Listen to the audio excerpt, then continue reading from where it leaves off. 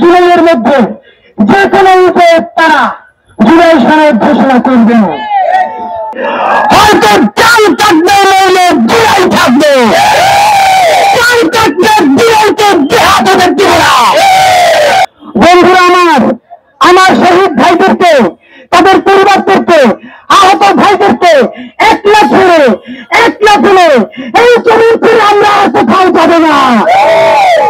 আপনাদেরকে স্পষ্ট জানাতে চাই, 25 তারিখ জুলাই সনদ ঘোষণার কথা ছিল, করে নাই, সরকার জানায় নাই।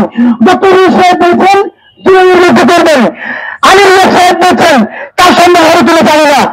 আমরা ইউপিএ এবং বাংলাদেশের প্রধান রাজনৈতিক দল বিএনপি, জামাত ইসলামী, এনসিপি, অন্যান্য সকলের উদ্দেশ্যে একটা কথা বলে কর্মসূচি ঘোষণা করবো। তার আগে আপনাদেরকে ওয়াদা করতে চাই,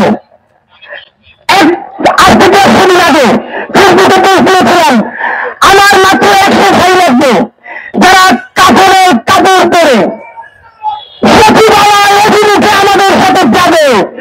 হয়তো চাল থাকবে নইলে জুলাই থাকবে, চাল থাকবে জুলাইকে জেহাদ হবে না। আপনারা আল্লাহর সাক্ষীর হাত তুলেন, যদি সর্বাত্মক জেহাদের ঘোষণা করে দেখিয়ে কাপড়ের কাপড় দেওয়া টিকে শুরু করেন। বন্ধুরা আমার বেশি লোক লাগবে না। এই জুলাইয়ের পর দেখাচ্ছিল আলোচনা দিয়েছিল, তারপরে আমরা শুরু দেওয়ার জন্য নিশ্চিত দেখি। আপনাদেরকে জানাই বিএনপি, জামাত ইসলামী, দুলাল হোসেন বলে এখন কেবারের মতো কথা বলে মানুষকে পাত্তা দেন না। এই জুলাই হারিয়ে গেলে আমরা মাইকের কোনো ভয় নাই, কারণ আমরা কোন চান্দাবাজির জন্য রাস্তায় নামে নামছিলাম ইনসাফ কায়েমের জন্য। এমপি হওয়ার জন্য নামছিলাম ইনসাফ কায়েমের জন্য। সেই ইনসাফ কায়েমের জন্য যদি মনে তাই শুরু করে আল্লাহর কাছে তুলে যাবো। কিন্তু যারা এমপি হওয়ার জন্য চান্দাবাজি করার জন্য রাজপথে নামছিলেন তারা যেই দিন কই জাহান্নাম ছাড়া গত নাই, মূল্যে জাহান্নাম আর পাইতে থাকলে আওয়ামী লীগের নাই। বন্ধুরা আপনাদের গাড়ি সরকার আপনাদের পক্ষে কথা বলিতে বাংলাদেশে আর কোনদিন কোন হত্যাকারী প্রকৃত ফেসিবাদ আর কোনদিন মাথা চারা দিয়ে উঠতে না পারে।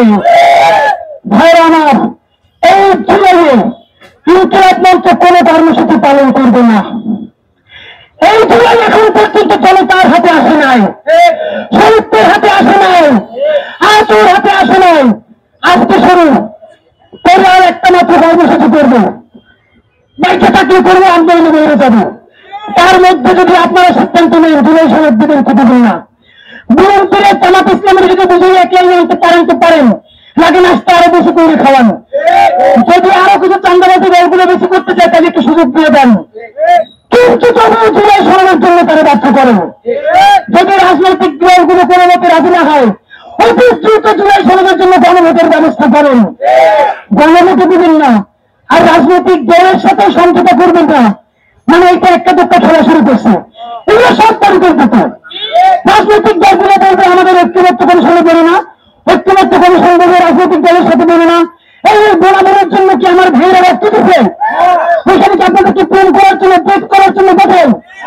আর একটা কাম শুরু করছে কি, প্রতিদিন ঐক্যবদ্ধ কমিশনে কি কি আলোচনা হচ্ছে সেটা ব্রিফ করে এই পর্যন্ত জানতে চাইছে।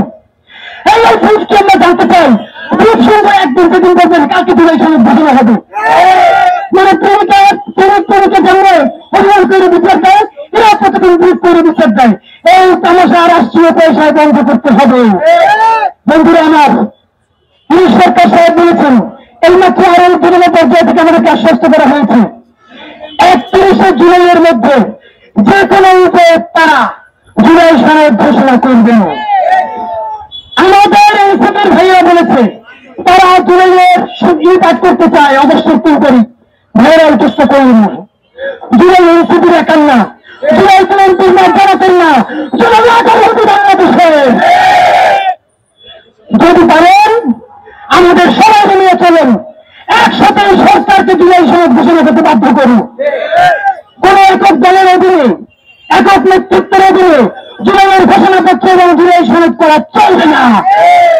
সুতরাং দাবি খুব স্পষ্ট, 31শে জুলাইয়ের পর 32, 33, 34, 35, 36 দিতে পারবো না। জুলাই মানে জুলাই, আপনাদেরকে 31 তারিখ পর্যন্ত সময় দিলাম।